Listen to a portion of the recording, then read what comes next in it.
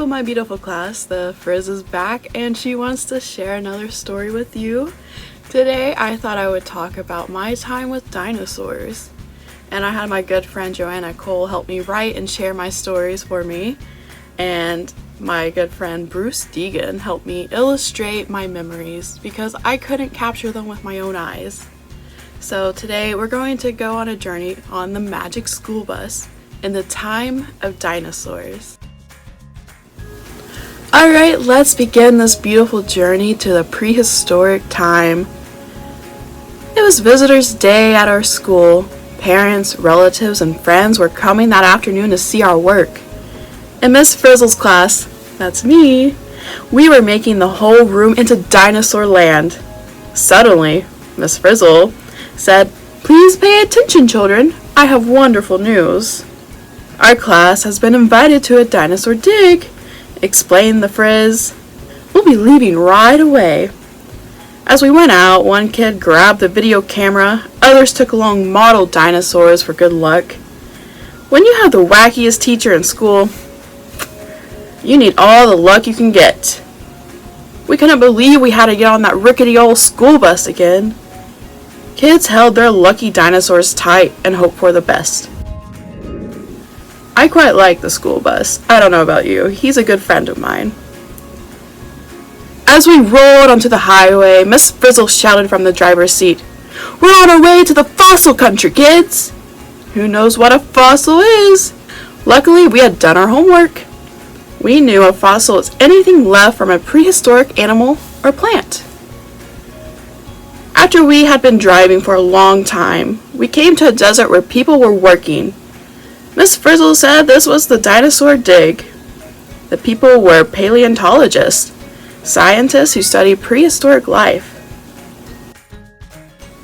Everyone at the dig was working hard, using all kinds of tools to separate the fossils from the rocks around them. The paleontologists seemed sad. "We were looking for fossil eggs," they said, "but we haven't found any yet." We saw a gleam in Miss Frizzle's eyes. "Want to look for Maiasaur nests, kids?" she shouted. She rushed us onto the bus and drove off. We hadn't gone far when Miss Frizzle stopped the bus. She turned the dial on the dashboard and the bus began to change. It looked like a giant alarm clock.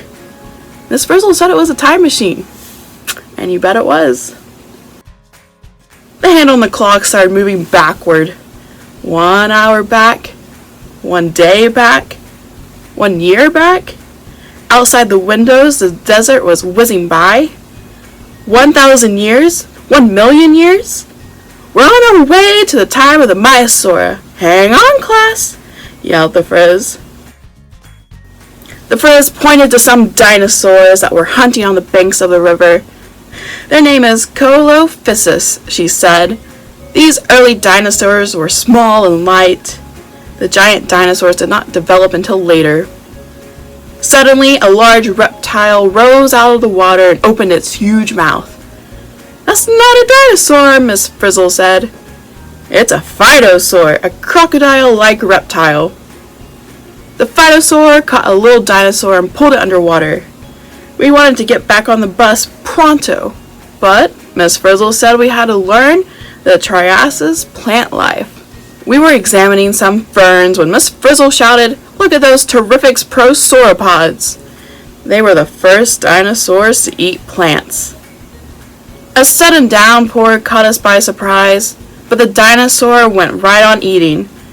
We ran for the bus and Frizzy called, "Get ready to go forward in time, kids." The last things we saw before we took off were some small furry animals. Miss Frizzle said they were the first mammals. The hand on the clock moved ahead when the Triassic rainforest whizzed out of sight.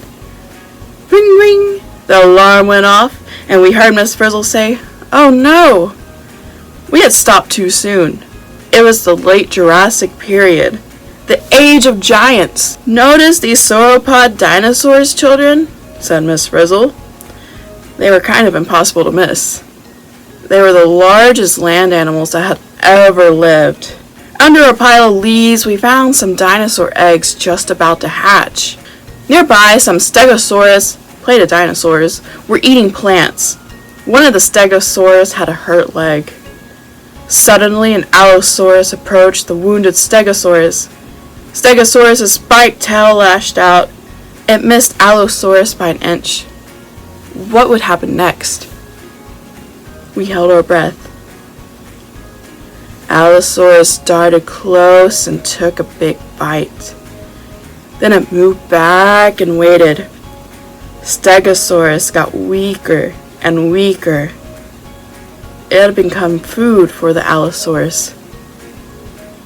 As we ran for the time machine, Miss Frizzle pointed out some strange birds. The first birds appeared in the late Jurassic, she said. Then she pushed the fast forward button and shouted, "Myosaurus, here we come." Ring, ring! The alarm went off again. We looked out and then we freaked out. Once again we had stopped too soon. Here we are in the late Cretaceous period, announced Miss Frizzle. As this time there was a sea right in the middle of our continent. Out the windows, enormous sea reptiles swam by. Overhead, flying reptiles glided past, dipping their beaks in the water to catch fish. We were getting a little wet, so the Frizz set the clock ahead again. The next thing we knew, we had traveled forward 2 million years. Now we were at the very end of the Cretaceous period. This was the time of the last dinosaurs. This was the time we had been looking for. As soon as we got off the bus, we saw the Cretaceous period was different. The weather was cooler. There were colorful flowers and fruits everywhere, and there were lots of new plant-eating dinosaurs. These plant-eaters could chew better than any other dinosaurs, said Miss Frizzle. They had terrific teeth for grinding, and they had cheeks. We were watching the plant-eaters chew when some Tyrannosauruses approached. They were some of the largest meat-eaters ever. Their mouths were giant biting machines with 60 sharp stabbing teeth. The Tyrannosaurus were scary enough. Then a pack of Trudens showed up, too. They were small, but there were a lot of them. They began circling the bus to see what it was. We sized up the situation and ran. As we came over the crest of a hill, we saw an incredible sight. It was the Myosaur nesting ground. Look at all of those. We weren't the only ones who had found the Myosaura. The Trudon had been following us. They invaded the nesting ground. The Myosaur parents defended their young. All at once, a sandstorm blew up. In minutes, a thick layer of sand covered the dinosaurs. Everything happened so fast. There was no way we could help the dinosaurs. Maybe they would become fossils. Back in the bus, Miss Frizzle drove forward in time. We thought we were going home, but on the way the bus screeched to a stop. We are in the very last minutes of the Cretaceous period, said Miss Frizzle. Notice that asteroid, said the Frizz. It's a huge rock from outer space. Soon, it'll hit the Earth. The Frizz pushed the forward button, and we started again. When the alarm rang, we were back in our own time. The paleontologists were worried about us and came looking for us. We gave them a tip on the fossil site. Then we waved goodbye and drove back to school. In the classroom, we made a chart of our trip to the dinosaurs. Just as we were finishing it, people started coming in for Visitors' Day. The visitors admired everything. They had never seen such fabulous projects, such wonderful books, or such an incredible video. And of course, they had never met a teacher quite like Miss Frizzle.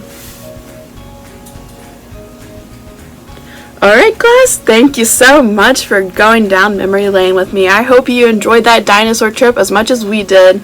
Alright, that's all for now on the Magic School Bus.